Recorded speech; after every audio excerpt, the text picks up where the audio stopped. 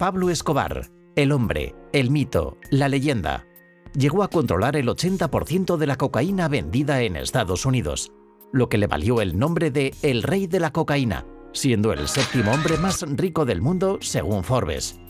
Era padre de 2 hijos, Juan y Manuela Escobar, y estaba casado con María Victoria Henao, aunque según los constantes rumores tenía numerosas amantes que ponían a prueba su matrimonio.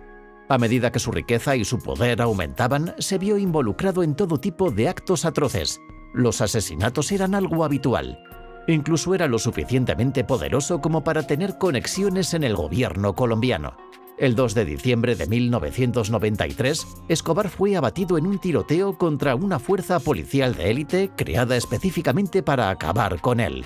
Tras su muerte, Escobar dejó muchas cosas atrás: su imperio de la droga, sus propiedades y sobre todo su familia. Más de 20 años después de su muerte, hoy veremos qué pasó exactamente con la familia de Pablo Escobar tras su muerte. Su esposa, María Victoria Henao Vallejo, nació en 1961. Conoció a Pablo Escobar con solo 13 años y en ese momento estaba segura de haber conocido al amor de su vida. Después de 17 complicados años de matrimonio a través del narcotráfico, la violencia y la posible infidelidad con numerosas mujeres, María sigue manteniendo que él fue el amor de su vida. Todavía recuerda con cariño los momentos felices que pasó con Escobar.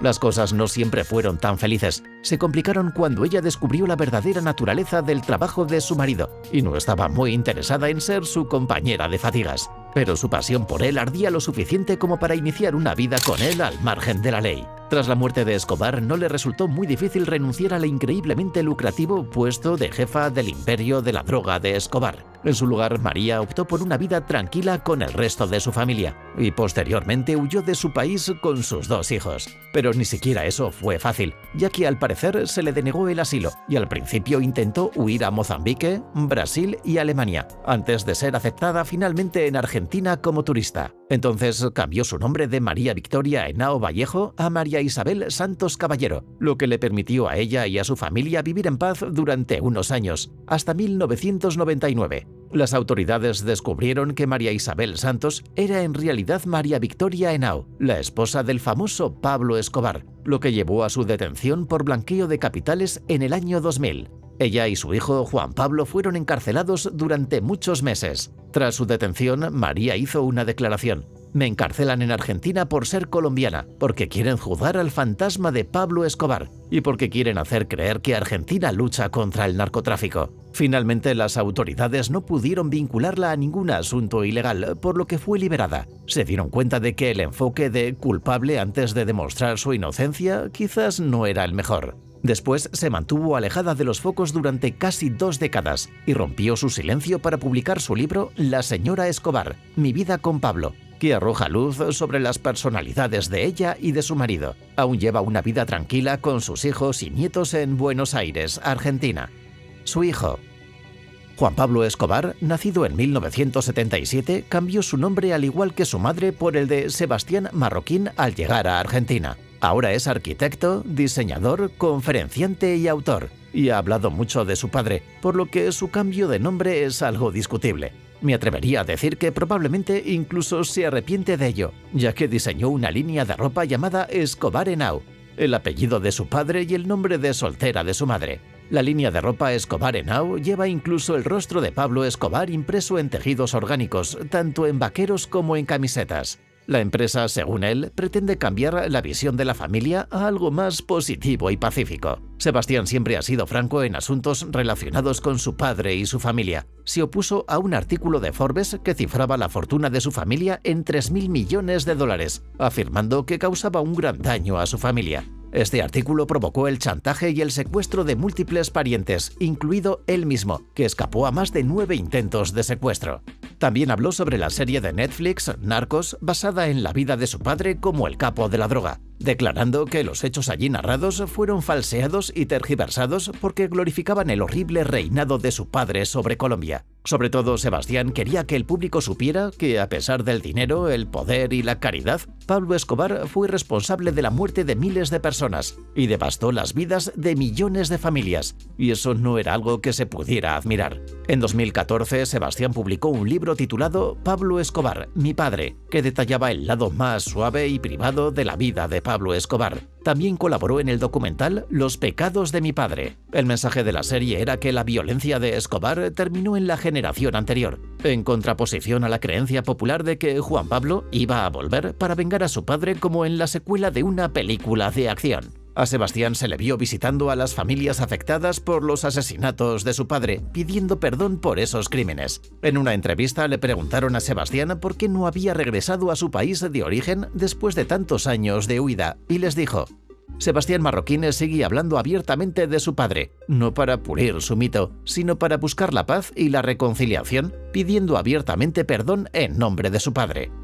Su hija Manuela Escobar era lo que se conoce como una niña de papá. Se sabía que él haría cualquier cosa por su princesa. En una ocasión pidió a sus hombres que graparan cuernos y alas a un caballo blanco, antes de rechazar la petición de su hija de un unicornio. Cuando cumplía condena en la prisión que él mismo construyó, mandó construir una casa de juegos para Manuela, para estar más cerca de ella. Desgraciadamente, al igual que el resto del clan, sufrió un cambio traumático en su vida cuando Escobar murió, salvo que ella solo tenía 9 años. Al igual que el resto de su familia, también cambió su nombre cuando se instalaron en Argentina. Ahora era Juana Manuela Marroquín Santos. La vida después de la muerte de su padre fue un cambio drástico. Pasó de ser la hija de un capo de la droga, capaz de quemar literalmente dinero para calentarse, a ser un integrante de la clase media. Pudo asistir a la escuela pública como cualquier niña normal, y aunque su vida se había vuelto más estable tras mudarse a Argentina, se sentía de todo menos segura. No ayudó que su madre y su hermano fueran detenidos por blanqueo de dinero, aunque ella fue indultada por ser menor de edad. Aunque no ha sido acusada ni asociada a ningún delito en toda su vida, sigue viviendo con el miedo constante de ser perseguida o de perder a su familia por los delitos de su padre. Esto la ha llevado a llevar una vida de lo más recluida, especialmente en comparación con su madre y su hermano, optando por alejarse de los medios de comunicación y distanciarse del pasado de su familia. Hay muy poca información sobre Manuela, pero sabemos que se licenció en Relaciones Públicas, por muy irónico que sea. También se rumorea que podría tener un hijo, aunque son solo eso, rumores. Su silencio es por su propio bien, con la creciente paranoia y el miedo a ser perseguida o a perder a su familia. Se dice que ha intentado suicidarse y que ha caído en múltiples ataques de depresión. En una entrevista, Sebastián comentó que Manuela está recibiendo tratamiento psicológico. Su hermana y su madre. La madre de Pablo Escobar, Emilda de los Dolores Gaviria, fue una ardua defensora de su hijo hasta su muerte, a la edad de 89 años, 13 años después de la muerte de su hijo, en la misma comunidad de Medellín donde su hijo fue asesinado. No se sabe demasiado de Hermilda, pero sí que aunque su hijo controlaba el mayor tráfico de cocaína del mundo y era responsable de la muerte de miles de personas, siempre se negó a verlo como un criminal. Puede que la hermana de Pablo, Luz María Escobar, no se dedique a las entrevistas ni escriba muchos libros, pero ha intentado enmendar las acciones de su hermano tras su muerte.